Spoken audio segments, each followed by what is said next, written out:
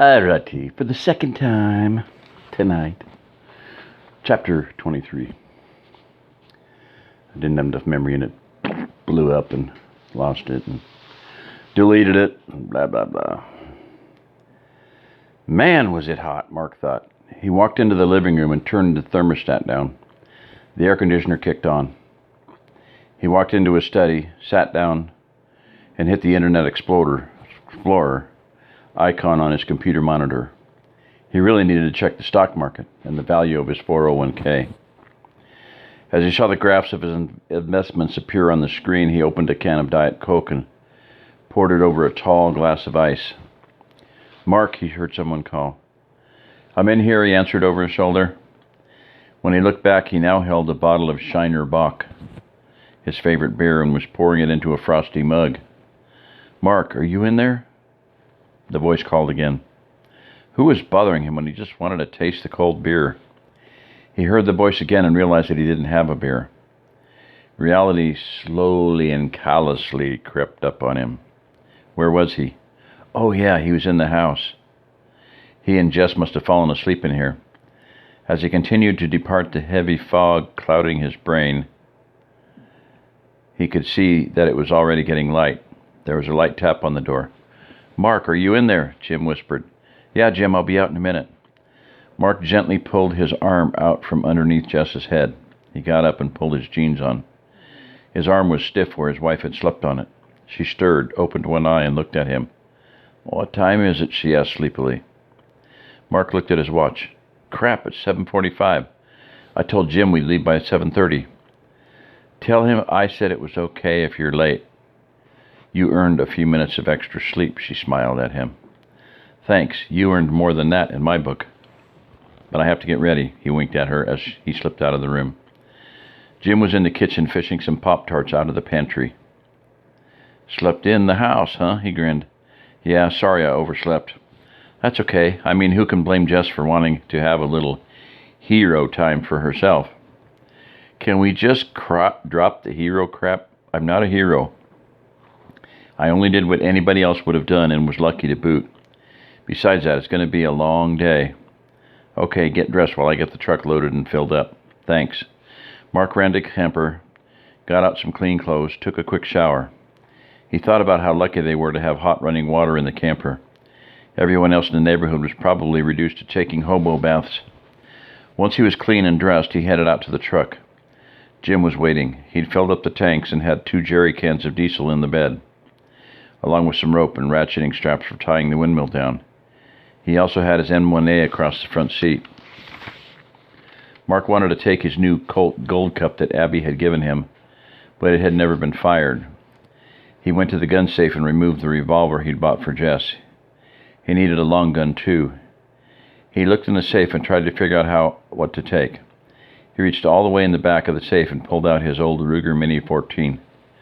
And he grabbed 5 magazines and 200 rounds of ammo for it. As he walked out to the truck, he stopped in the kitchen where Jess was cooking breakfast to kiss her goodbye. "What time do you think you'll be home?" she asked. "If everything goes well, an hour to get there, 2 or 3 hours to work out a deal and load the windmill, and then an hour home. I'd say 2 o'clock at the latest." "I was thinking maybe you could spend a little time with us women and teach us how to shoot a rifle." "Oh. I'd say 2 o'clock at the latest." "Good." That was all she said, but Mark knew there was something else. "Is there a reason you asked?" He didn't want to wonder for half a day what was on her mind. "I was thinking maybe you could spend a little time with us women and teach us how to shoot a rifle."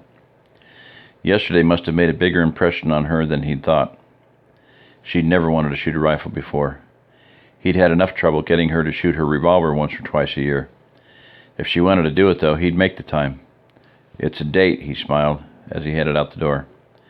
Mark started the truck and headed out. He told Jim about Jess's request to learn to shoot a rifle. Jim told him the girls must have talked about it some yesterday because Lisa and her mom had asked him the same thing last night.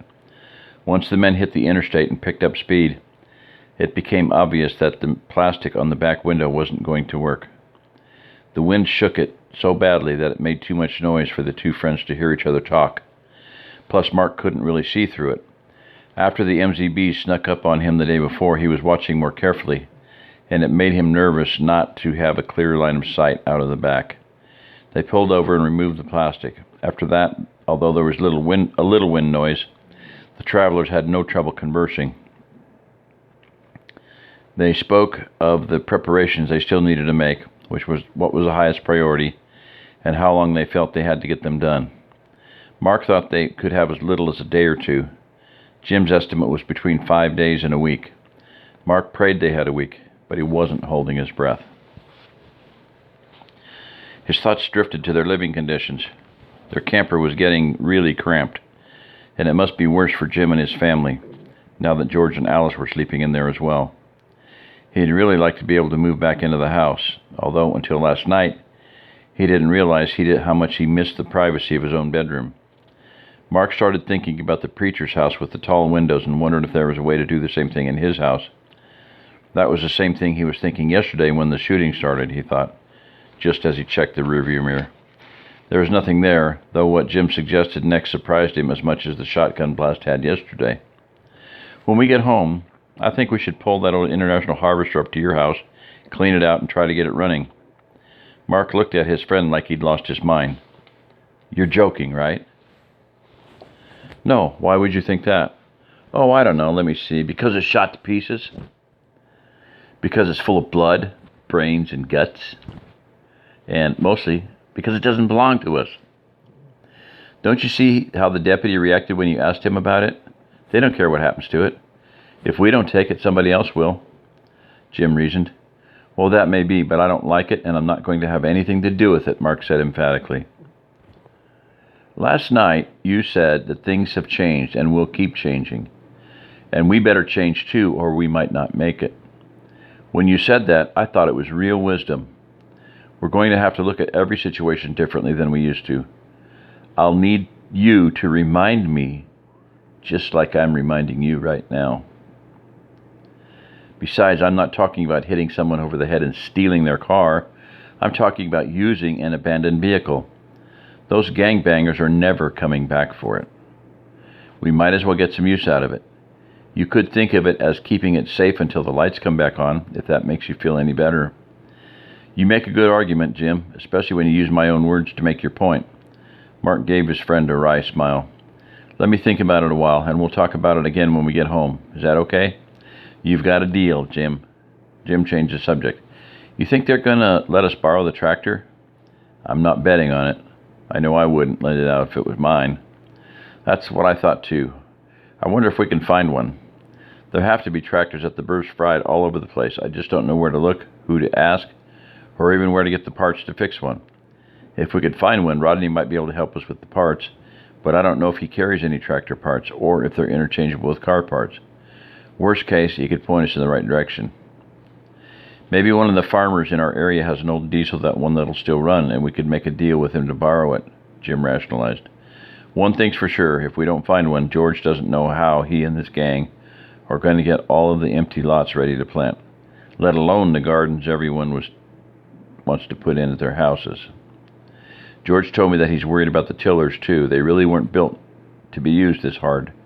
And if one of them breaks, he doesn't know if we can find the parts to fix it. I guess we better see if we can find a tractor. After we get the windmill set up, I guess that's our next priority, Mark stated. To Mark, the trip seemed to take longer than it did last time.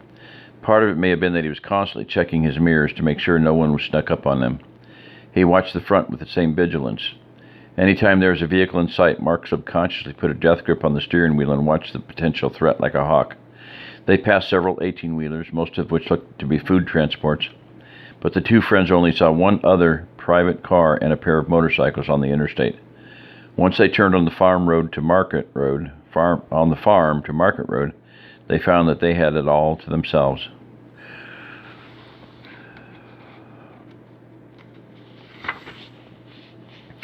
When they turned onto the ranch road, Mark stopped the truck, and Jim tied the yellow bandana to the antenna. When they got to the gate, the guard opened the gate and waved them through. Todd was waiting at the compound for them. As they got out of the truck, he noticed the taped-up bullet holes. "What happened to your truck?" he asked as he walked around to the back. When he saw the tailgate, he reached out and touched one of the holes. "Holy shit! A couple of my neighbors and I got into a shootout with a bunch of gangbangers yesterday, Mark answered sheepishly. Is everyone okay? Todd was wide-eyed. Everybody on our side was. What happened? No, wait. I want Mr. Davis to hear this too. Let's go. Todd wheeled around and led the way to Mr. Davis's cabin. He knocked on the door and Millie answered it. She showed them in and then went to go get Mr. Davis. A moment later, the older man came into the room and his guests rose to shake his hand. We were starting to get worried about you. How are you? The leader asked. We were right to be worried, Todd interjected before anyone else could say anything. Mark was in a big shootout yesterday and his truck shot to hell. Really? Are your families okay? Yes, Mark replied. It was me and two of my neighbors in the truck. What happened? Mark spent 6 or 7 minutes giving Mr. Davis and Todd a detailed rundown on the events of the day before. The two men stared at him in disbelief as he told the story. When he finished, neither one of them said anything for a few minutes. I don't know what to say. 11 to 5 odds, and you and your friends weren't even scratched. Mr. Davis finally said, I guess we were right about you. You are level-headed under fire. You'll be a great asset to us here. I'm sure after that encounter you're both anxious to move here. The two friends looked at each other. Jim spoke first. Mr. Davis, we want you to know how much we appreciate your invitation to move here.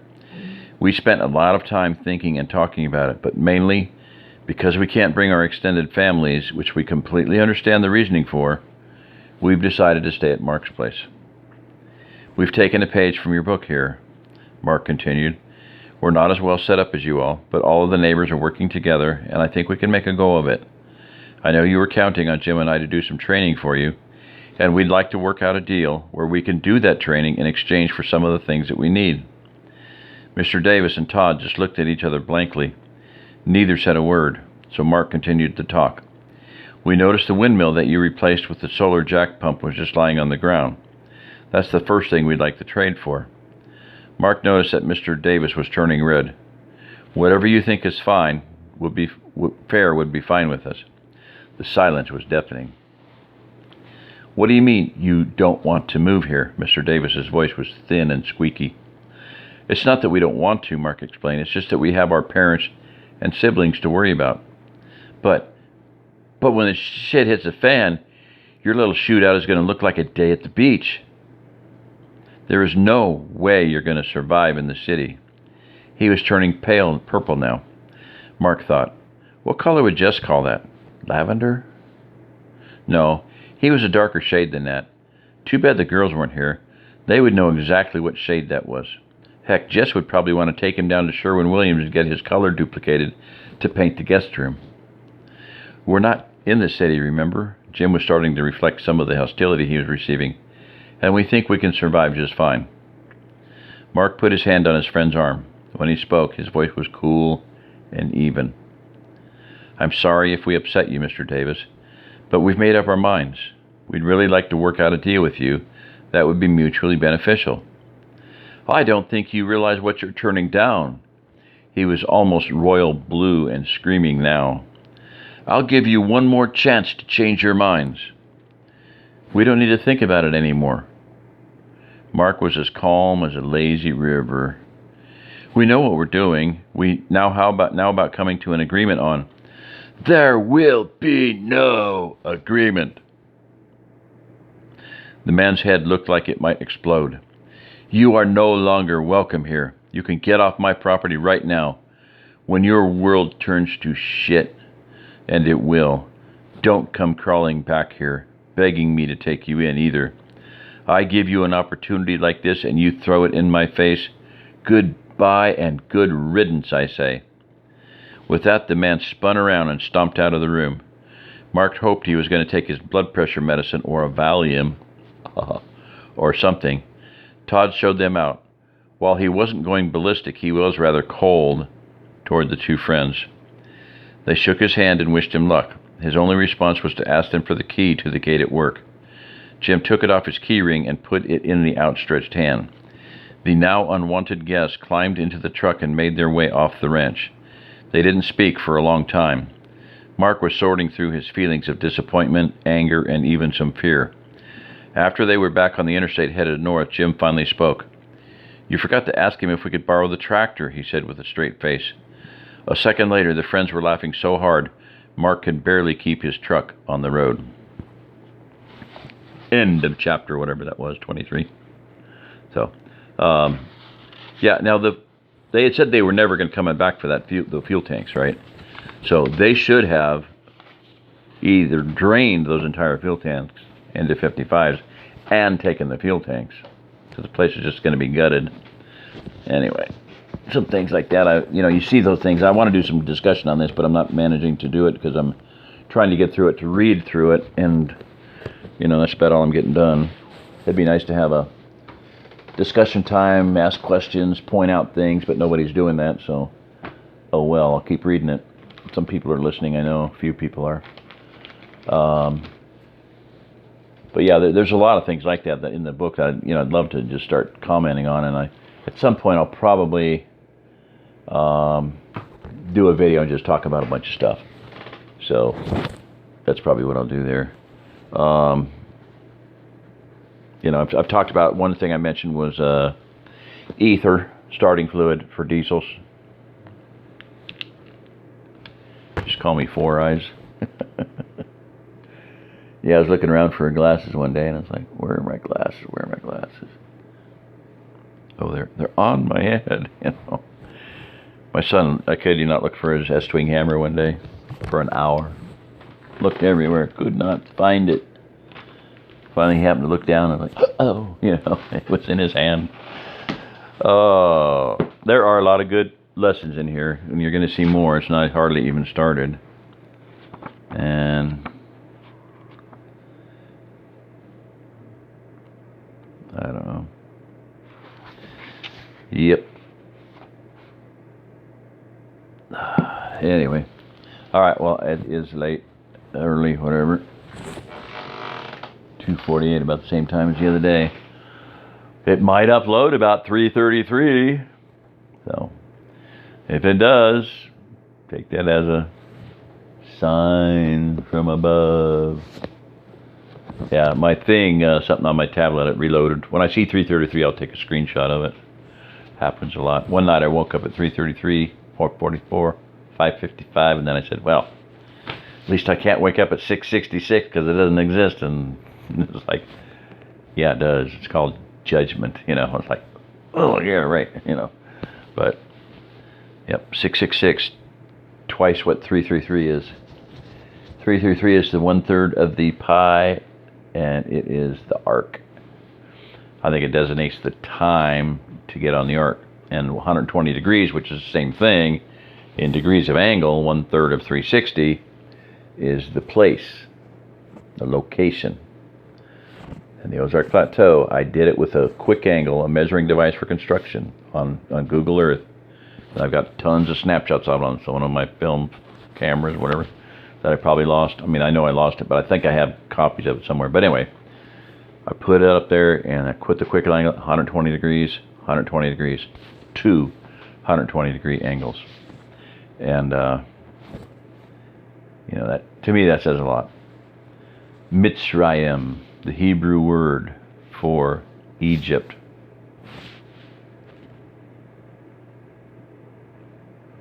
which being transliterated into English is M-I-S-E-R-I, Missouri, or M-I-S-U-R-I, Missouri. Pretty weird. Pretty weird. Yep. And the pointing in the Hebrew says this: it always means two things. In capital letters, wherever I read this, it said it always means two things: double distress and double defense. So, and 120 degrees, 333, to me means defense, safety, refuge, and it's got two of those angles.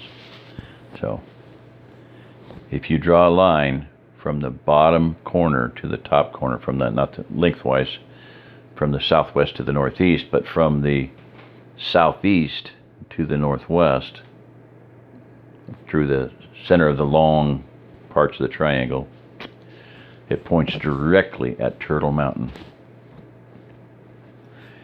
You tell me what that means. Somebody with great insight, I don't know what it means. The guy that told me that, I said, so what does that mean? He goes, I don't know, but it's cool, So, Turtle Mountain is, I'm going to say, just from reading this guy's book, Alan Moen, M-O-E-N, like the faucet, M-O-E-N, Noah's Ark, discovering this science behind man's oldest mystery.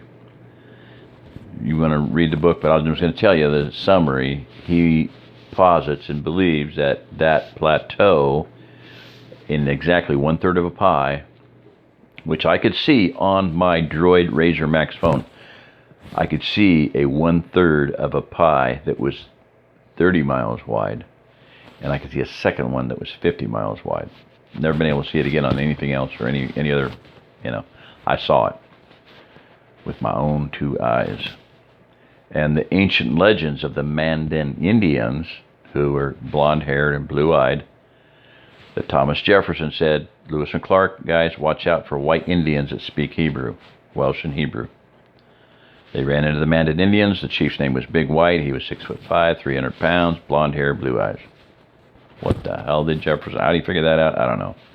Guy was well-read, John F. Kennedy had a big state dinner with a lot of the greatest brains in the country and the world were there, and he looked around and he goes, this is the greatest collection of brain power that has sat at this table since Thomas Jefferson dined here alone. So, there's something back there in that our past that we're not being told. Hebrew-speaking white Indians. Gee, you wonder where they came from that spoke Hebrew. I don't know. Where do you think they came from, Anyway, lost 10 tribes. Anyway, but that ancient Indian legend says that the great turtle said that there would be a woman falling from the sky and she needed a soft landing spot, SLS. So they started building this place, and then because there were so many, she was a figurative, but because there were so many people coming, they had to build it up bigger, and they used rocks and trees and stuff to build this up, So I could see on my phone a 30-mile and a 50-mile wide, perfect, 1/3 rounded, 120-degree angle, 1/3 of a pie. Well, the OzArk Plateau has 2 of those 120-degree angles. So there you go. That's the place. A little bit of extrapolation on Lights Out.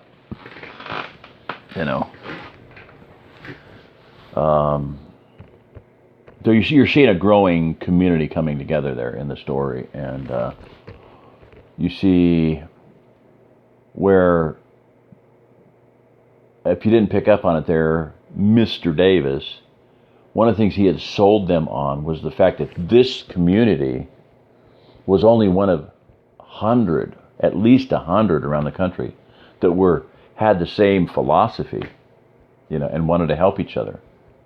So here's a community right down the road that's asking for help and to do what he wanted to do.